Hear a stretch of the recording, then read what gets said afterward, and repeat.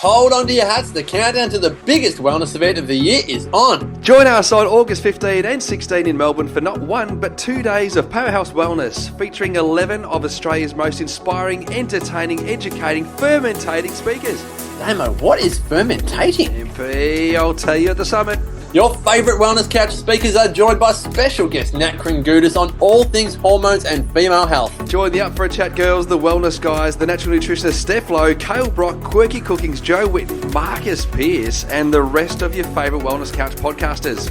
Regular and VIP tickets are still available, but hurry before this summit is sold out. For tickets, go to www.thewellnesssummit.com. The Wellness Summit is proudly brought to you by Well and You. Be someone that makes you happy. TheWellnessCouch.com, streaming wellness into your lives. Welcome to Nourishing the Mother, featuring your hosts Bridget Wood and Julie Tenner.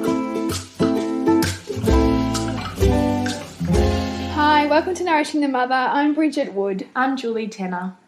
And today we are talking about the concept of the red tent, which I'm going to hand over to Julie to kick this one off. So the red tent, I really wanted to hatch that because I think it's not a concept that's largely known by the vast majority of women, which I feel like it really should be. So the red tent is historically where women would go when they were bleeding, when they were having their time of the month, when they were having their period, and it would be the tent that was specifically and only for women who were bleeding and would sit together. And of course, when you're living in a community or a village with women, often your aunties and your sisters and whoever else, you're all in the same cycle. So you're all bleeding at the same time and then you're all active at the same time. And this is historically at a time when there was no electricity, so everybody bled according to the moons, the cycles of the moons. That's exactly right. So you would work, you would be mother, provider, working in the fields or the farm or whatever it was that you were doing during the day, feeding, nourishing, caring, working really, really hard until the point of your bleeding. So for the 3 days that generally, or historically, I know it's very different now, but historically a woman's period would be 3 days of bleeding, they would take themselves all together into the red tent. And the red tent would essentially be sealed, I suppose, in a way that no one who was bleeding was allowed in there. No men were ever allowed in there. And so all of the younger women and the younger children who were not bleeding would be left to pick up the slack and pick up the work. And the women who were bleeding, who had been working really hard every other day of the month, would come and sit together, and that's when they would eat the most beautiful foods that they'd been creating over that month. And they would sit on their pile of straw and they would talk and they would weave and they would giggle and they would tell stories and they would rub oils in each other's hair and oils over their skin. And they would have deeply connecting, nourishing, restful time. And so, of course, you would look forward to your period if it was a time of honouring, wouldn't you? Yes, you would. And how do we feel about periods today? I know, and this is what I want to talk about. I feel like it's one of the biggest tragedies that now we go, I've got my period, and we have so many ways of avoiding it, don't we? It's, I know Rhea talks about the labour bypass era. I really feel like this is also the period or the cycle bypass era. Oh my goodness, can't speak today.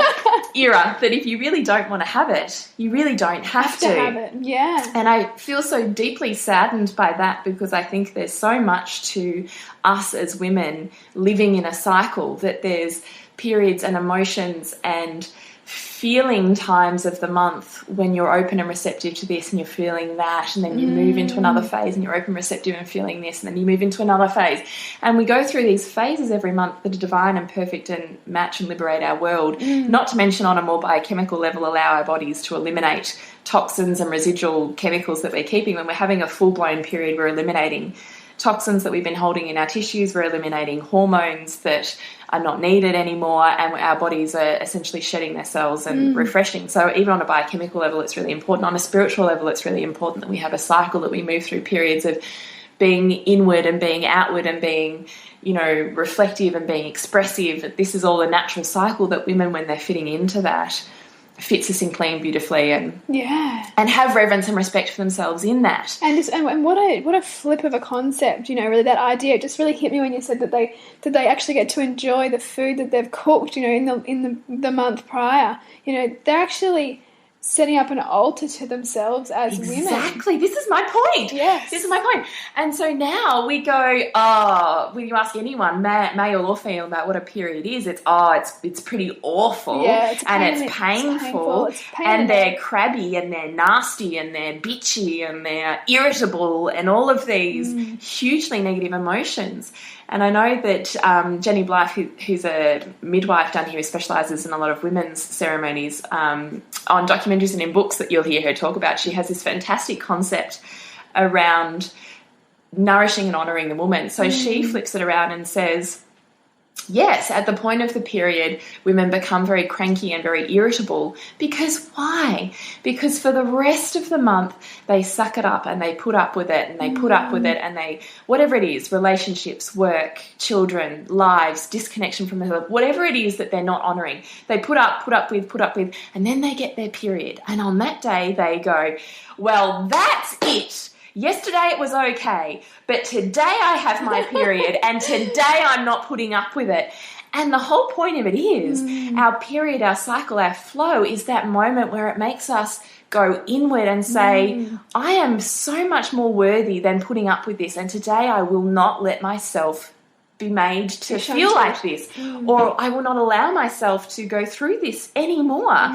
And we have this flipped version of events that it's just because we've got another thing to deal with, but actually what it is our soul's calling. And, our bodies are incredibly intuitive, because as our cultural shift has gone from honouring the woman in a period and towards seeing periods as, negative, but as, negative thing, as something disgusting, as kind of like just an inconvenience of womanhood. We've also manifested physical illnesses in women and endocrine disorders such as Pcos, endometriosis, which are ultimately at an emotional level a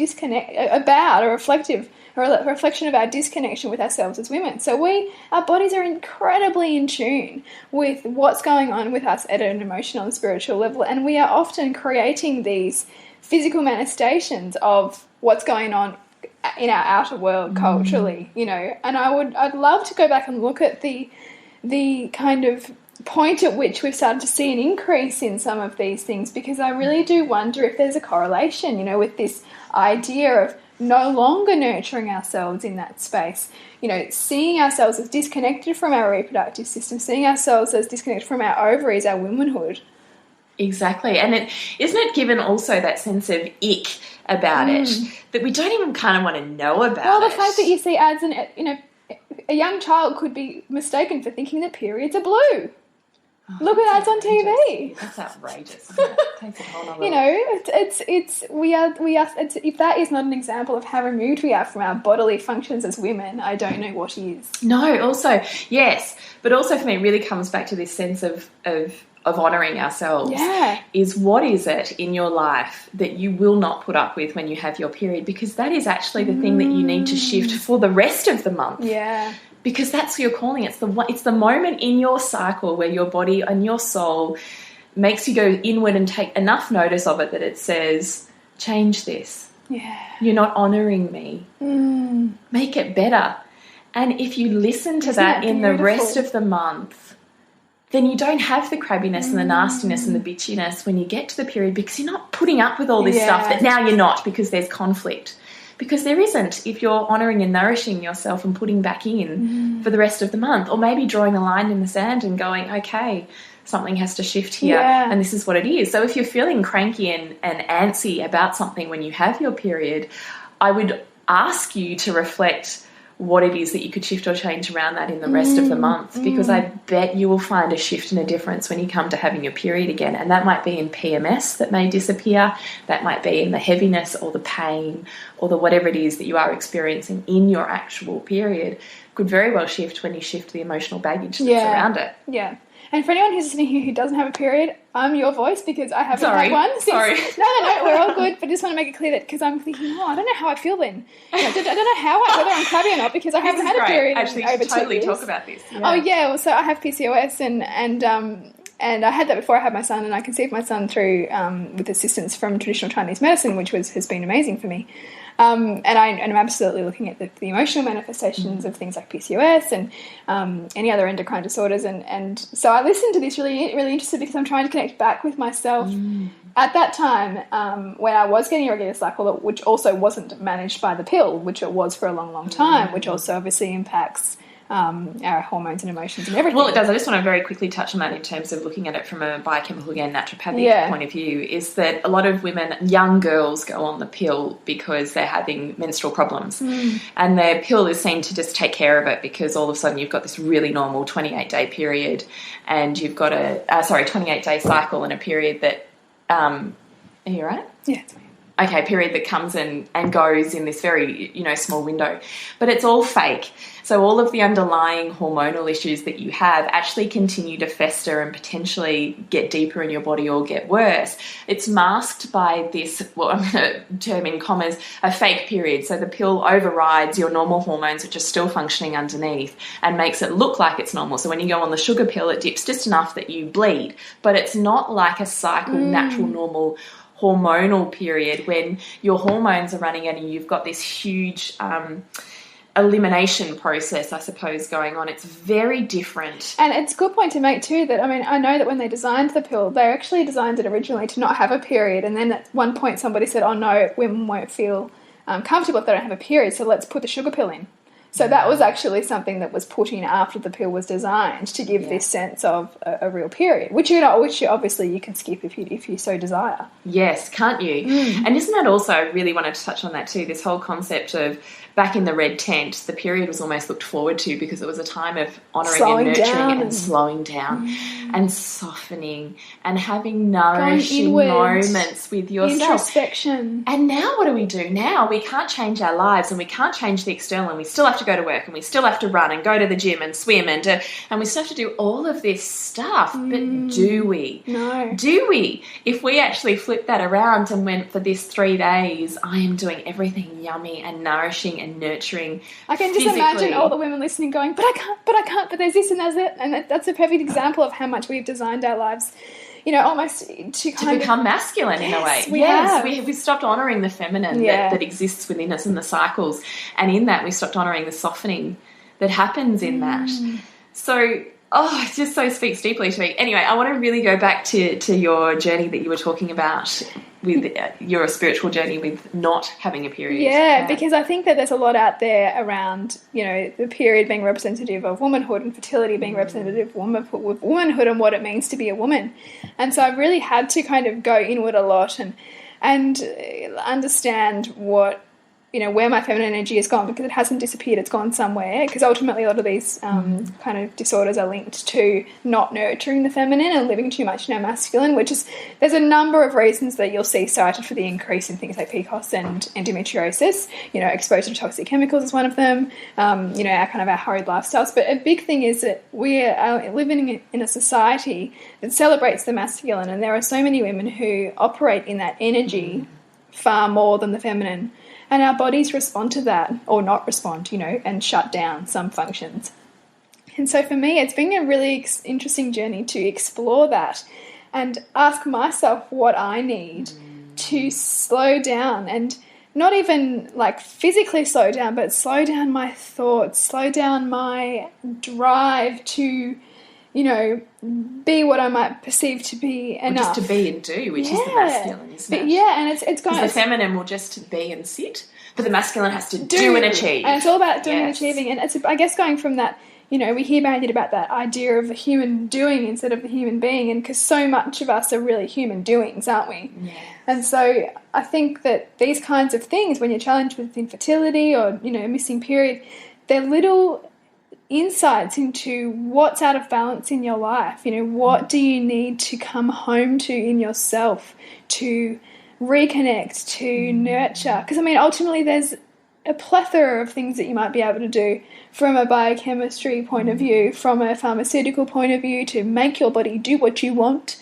But your body is so intelligent for helping you to come back into balance and telling you what's going on,, with you at a spiritual, emotional, mental, soul level.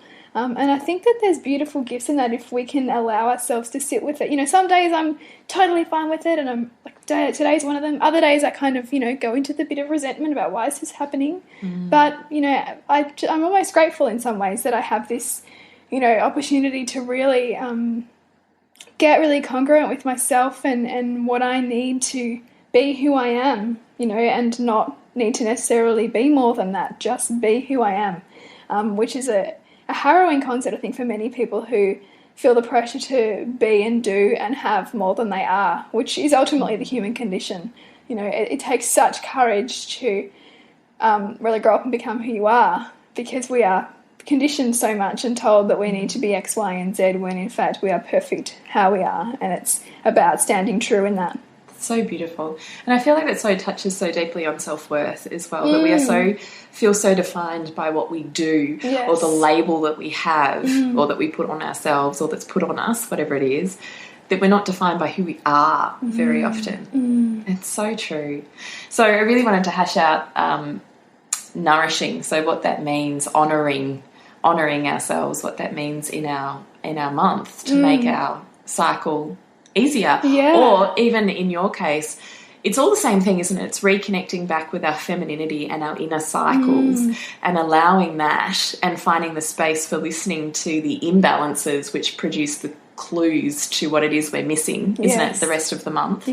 Or however long it's been. They provide those flags or signposts, I suppose, on that road to fulfillment, that we can actually get to a point where we really enjoy our period or our cycle. And for women who don't have a period, I think a lot of it's asking yourself, how am I in my body today? Because often you can not even feel in your body. You can feel so rushed and kind of in that masculine energy that you don't even feel like you're actually in your body. Like, I've been to kinesiology sessions where, you know, she said, you're over here. Like, I'm kind of so far removed from my body in the room.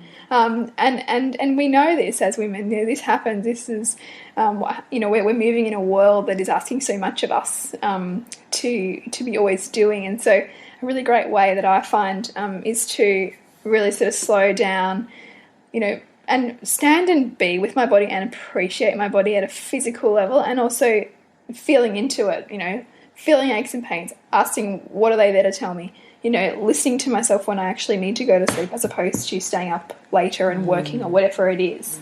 That really giving yourself that space and attention to connect back in with your physical body is really powerful. Yeah, I feel like that's going to be another podcast, because that can be really hard for women, particularly post-babies, to get back in love with their bodies, or possibly they've never loved them before. So. And that's an important one to unpack too, in terms of our attitude to birth, because for so many women, you know, the medicalised route of birth is convenient because we don't have to necessarily connect into our body and our power. We can outsource that. So we're also going to unpack that. We can bypass that. We can bypass it, and I think bypassing that is an extension of this, bypassing what our bodies are here to tell us. Bypassing our cycles, bypassing our rites of passage, if you will, because that's honouring what we are as women, isn't it? And even that very first period, like, I know I really want to do this for my daughters as well, is Jenny Blythe runs coming of age menarche ceremonies, so for honouring transitions. So I know that there's also equally as honouring for men's circles. There are some facilitators now that do coming of age boys and fathers weekends. I'm actually going and interviewing Dr. Arne Rubinstein actually on his awesome. The Making of Men. Yeah, it's really powerful. Yes, isn't it? That's a beautiful book. So there's honouring for men coming. I really feel coming of age, actually, this reaching of teenagehood, rather than this huge, they just become disgusting and I don't want to know them 5 years thing, can be really flipped on its head to really honouring the journey and the passage that they're going through.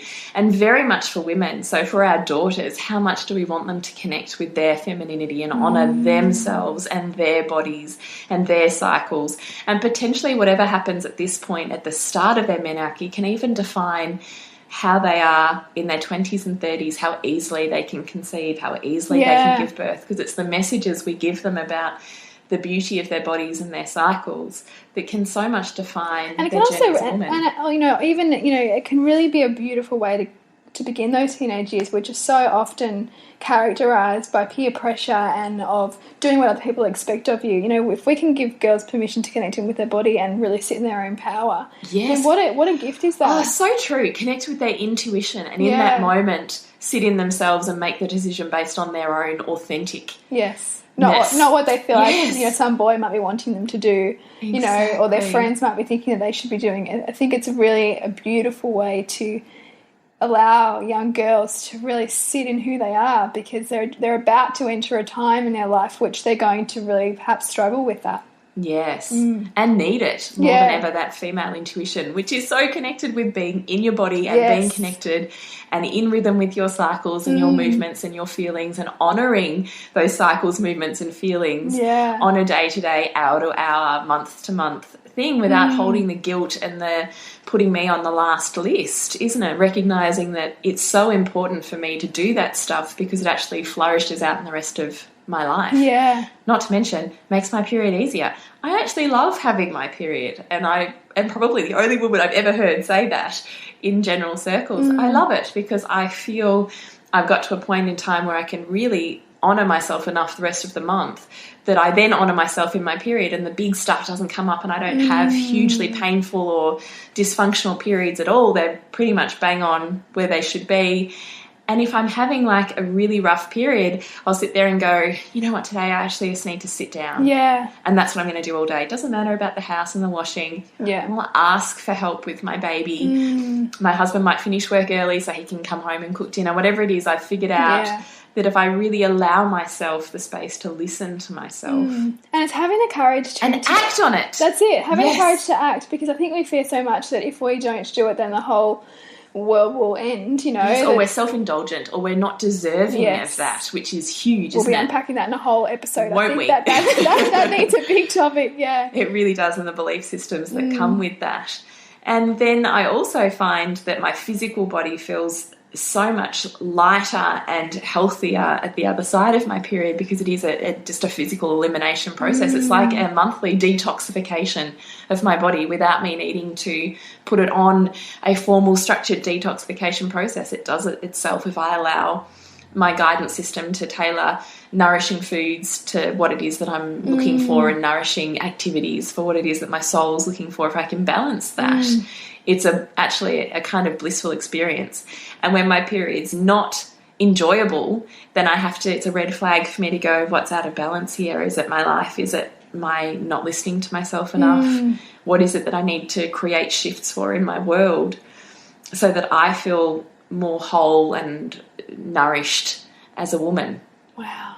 I know. I've just been thinking, like, you know, there's so much in that for women, you know, to really almost, it's like a toolkit, isn't it? It's just sort of kind of, what do I need to do in my month? It's a map every month, every day of going, hello, this needs attention. Yeah. Hello, not getting any love over here. And it doesn't need to be, I mean, obviously, you know, you're running a household of 3 children, you know, busy, but it doesn't need to be whole chunks of hours of time. It can be small little rituals. It can be small things. And even so much as the food that I choose to put into my mouth. You know, there has to be loving yourself enough. Loving myself enough to want and enjoy and love the food that I'm eating. Because when I really create nourishing food for myself during the day, I feel amazing. Yeah, that's a big one. Isn't it? I feel like that's a whole podcast on itself too. Anyway, so nourishing myself with food and nourishing myself with self-care that I feel that I need. So sometimes that is time out, and sometimes that's a bath, and sometimes that's going to bed early.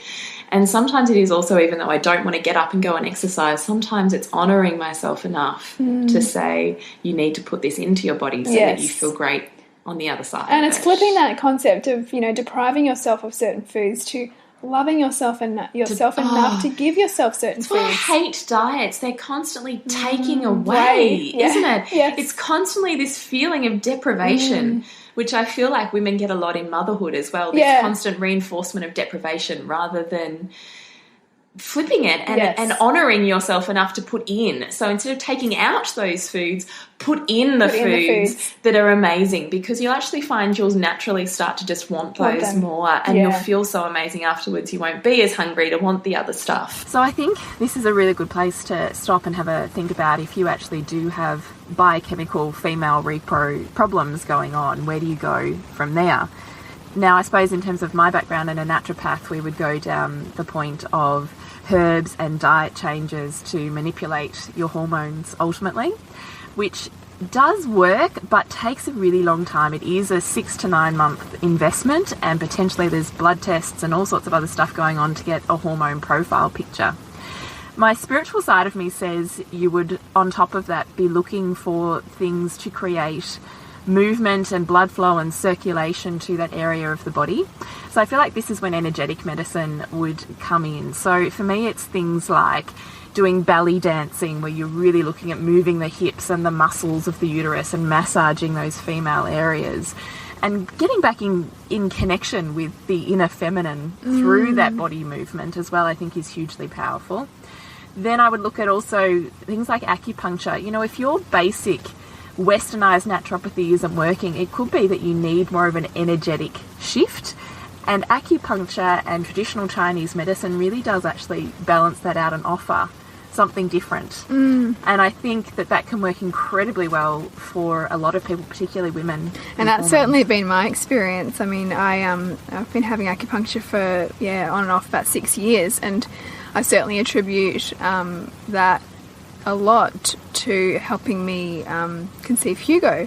That was really what I needed to help create those shifts to allow that into my life, and it is enormously powerful. Other things like kinesiology is a great one, and kinesiology is really tapping into the physical body about the emotions that are trapped there that can be creating physical manifestational problems. Yeah, and I mean, and in terms of the other things you can do, things like yoga, which are that self-inquiry, and also the twisting that gives you around around that area to help kind of stimulate blood flow to the ovaries and the reproductive organs. Yes, totally. It's been a really big part of my journey as well.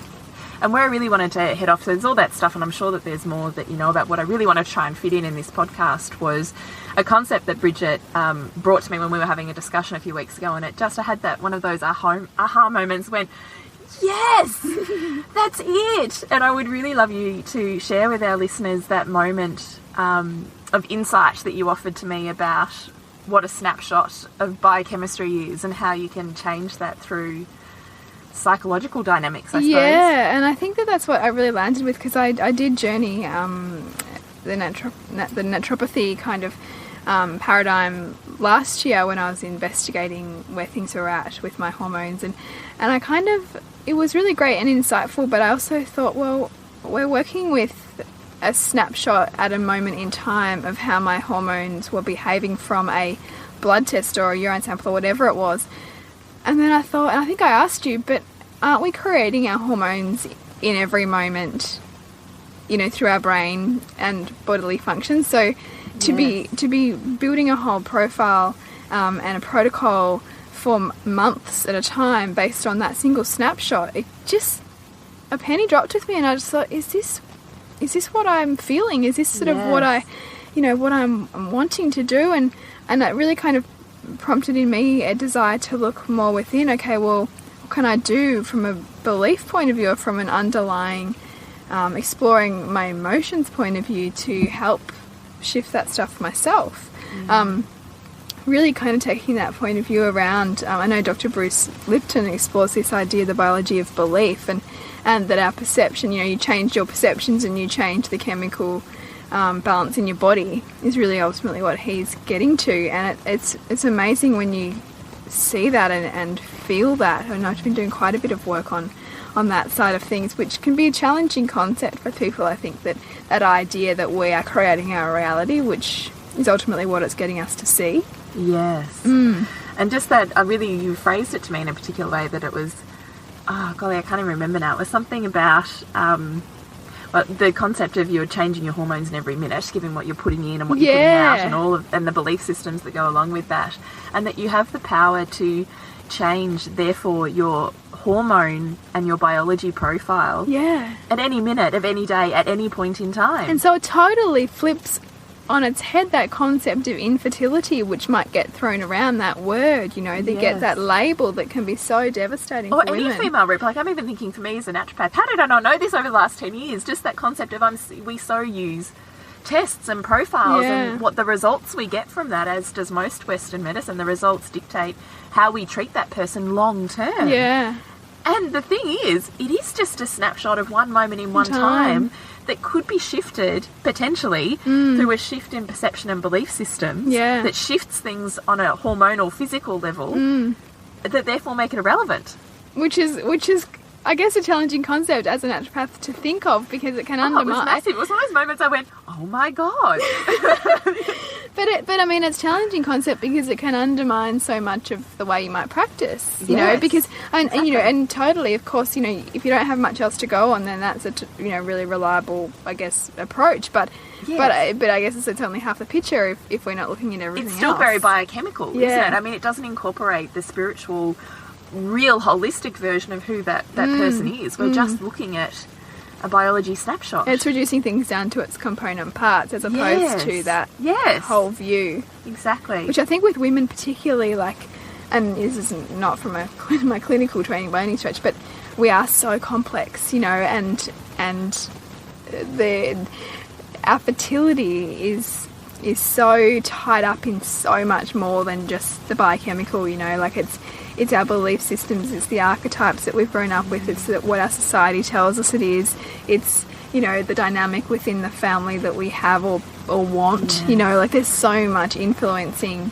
Not even to say the woman you are and how you fit in your physical body and how you feel and about what kind of yourself. connection, if you have a connection with your physical body, because there's so many women who really sort of don't, you know, we've especially if you've grown up in a conventional medicine approach to health, which is, you know, like you trot off to the doctor if you're not feeling well and you might be given a course of antibiotics and you don't question it and that's what you do and you treat that part of yourself as opposed to seeing that disease as a messenger, you know, and something to be welcomed and worked through as opposed to something to numb and make quickly go away. Yes.